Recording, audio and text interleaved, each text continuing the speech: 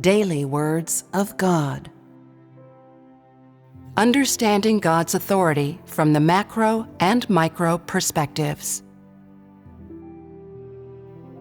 God's authority is unique. It is the characteristic expression of, and the special substance of, the identity of God Himself.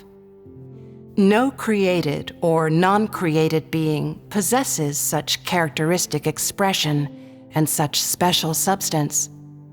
Only the Creator possesses this kind of authority.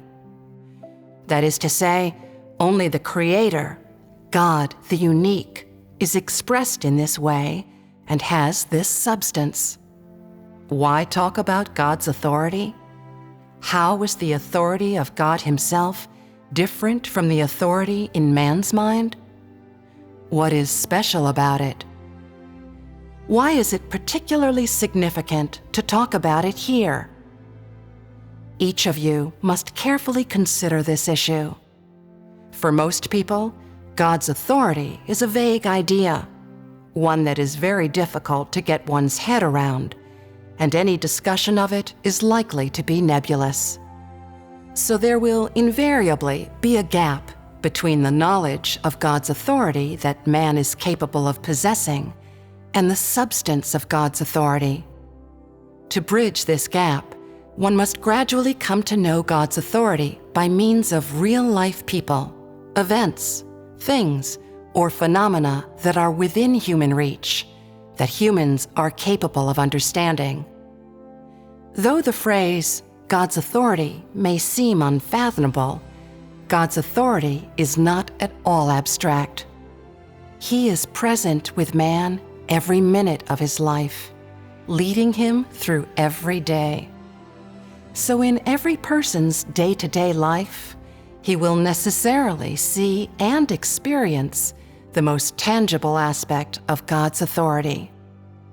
This tangibility is proof enough that God's authority truly exists, and it fully allows one to recognize and to comprehend the fact that God possesses this authority. God created everything, and having created it, He has dominion over all things. In addition to having dominion over all things, He is in control of everything. What does this mean? The idea that God is in control of everything? How can it be explained? How does it apply to real life? How can you come to know God's authority by understanding the fact that God is in control of everything? From the very phrase, God is in control of everything, we should see that what God controls is not a portion of planets, a portion of creation, much less a portion of mankind, but everything, from the massive to the microscopic, from the visible to the invisible, from the stars in the universe to the living things on earth, as well as microorganisms that cannot be seen with the naked eye or beings that exist in other forms. This is the precise definition of the everything that God is in control of, and is the scope over which God wields His authority, the extent of His sovereignty and rule. Before this humanity came into being, the cosmos, all the planets, all the stars in the heavens, already existed. On the macro level, these heavenly bodies have been orbiting regularly, under God's control, for their entire existence, however many years that has been. What planet goes where, at what particular time? What planet does what task, and when? What planet revolves along what orbit, and when it disappears or is replaced? All these things proceed without the slightest error. The positions of the planets and the distances between them all follow strict patterns, all of which can be described by precise data. The paths along which they travel, the speed and patterns of their orbits, the times they are in various positions can be quantified precisely and described by special laws. For eons, the planets have followed these laws, never deviating one bit. No power can change or disrupt their orbits or the patterns they follow, because the special laws that govern their motion and the precise data that describe them are predestined by the Creator's authority. They obey these laws on their own, under the Creator's sovereignty and control. On the macro level, it is not hard for man to find out some patterns, some data, as well as some strange and unexplainable laws or phenomena. Though humanity does not admit that God exists, does not accept the fact that the Creator made and has dominion over everything, and moreover, does not recognize the existence of the Creator's authority, human scientists, astronomers, and physicists are finding more and more that the existence of all things in the universe and the principles and patterns that dictate their movements are all governed and controlled by a vast and invisible dark energy.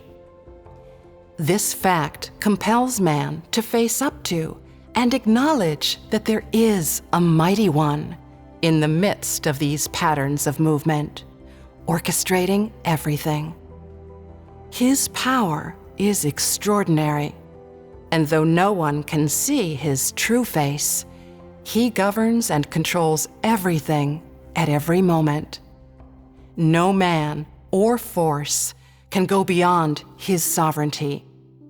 Faced with this fact, man must recognize that the laws governing the existence of all things cannot be controlled by humans, cannot be changed by anyone, and at the same time, man must admit that human beings cannot fully understand these laws. And they are not naturally occurring, but are dictated by a Lord and Master. These are all expressions of the authority of God that mankind can perceive on a macro level. On the micro level, all the mountains, rivers, lakes, seas, and land masses that man beholds on earth, all the seasons that he experiences, all the things that inhabit the earth, including plants, animals, microorganisms, and humans, are subject to God's sovereignty, are controlled by God. Under God's sovereignty and control, all the things come into being or disappear in accordance with His thoughts. Their lives are all governed by certain laws, and they grow and multiply in keeping with them. No human being or thing is above these laws. Why is this? The only answer is because of God's authority, or, to put it another way, because of God's thoughts and God's words, because God Himself does it all. That is to say, it is God's authority and God's mind that give rise to these laws. They will shift and change according to His thoughts, and these shifts and changes all occur or disappear for the sake of His plan. Take epidemics, for example. They break out without warning. No one knows their origins or the exact reasons why they happen. And whenever an epidemic reaches a certain place, those who are doomed cannot escape calamity. Human science understands epidemics to be caused by the spread of vicious or harmful microbes, and their speed, range, and method of transmission cannot be predicted or controlled by human science. Though humanity resists them by every means possible, they cannot control which people or animals are inevitably affected when epidemics break out. The only thing that human beings can do is try to prevent them, resist them, and research them. but no one knows the root causes that explain the beginning or ending of any individual epidemic, and no one can control them. Faced with the rise and spread of an epidemic, the first measure humans take is to develop a vaccine. But often the epidemic dies out on its own before the vaccine is ready. Why do epidemics die out? Some say that the germs have been brought under control. Others say they die out because of changes in the seasons. As to whether these wild speculations hold water, science can offer no explanation, give no precise answer. What humanity faces is not only these speculations, but mankind's lack of understanding and fear of the epidemics. No one knows, in the final analysis, why epidemics begin or why they end. Because humanity has faith only in science, relies entirely upon it, but does not recognize the Creator's authority or accept His sovereignty, they will never have an answer. Under God's sovereignty, all things exist and perish because of His authority, because of His management.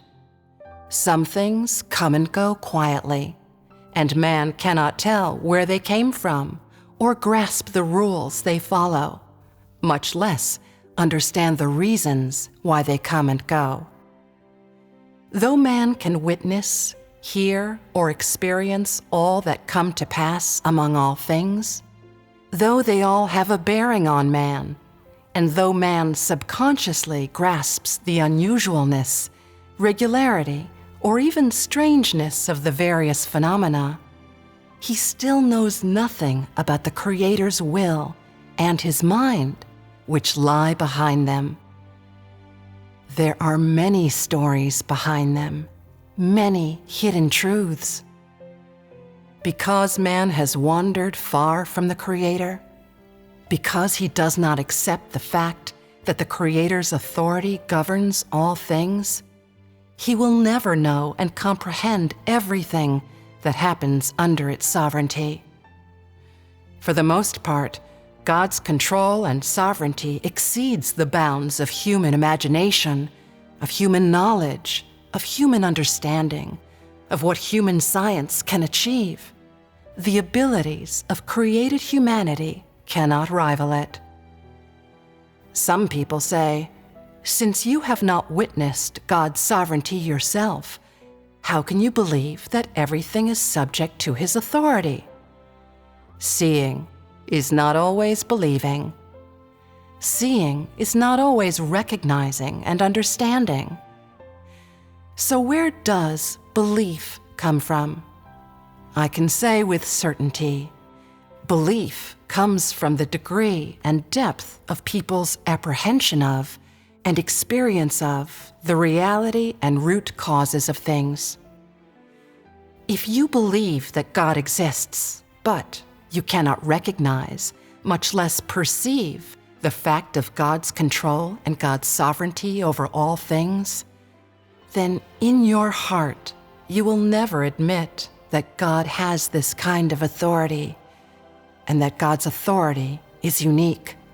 You will never truly accept the Creator to be your Lord, your God.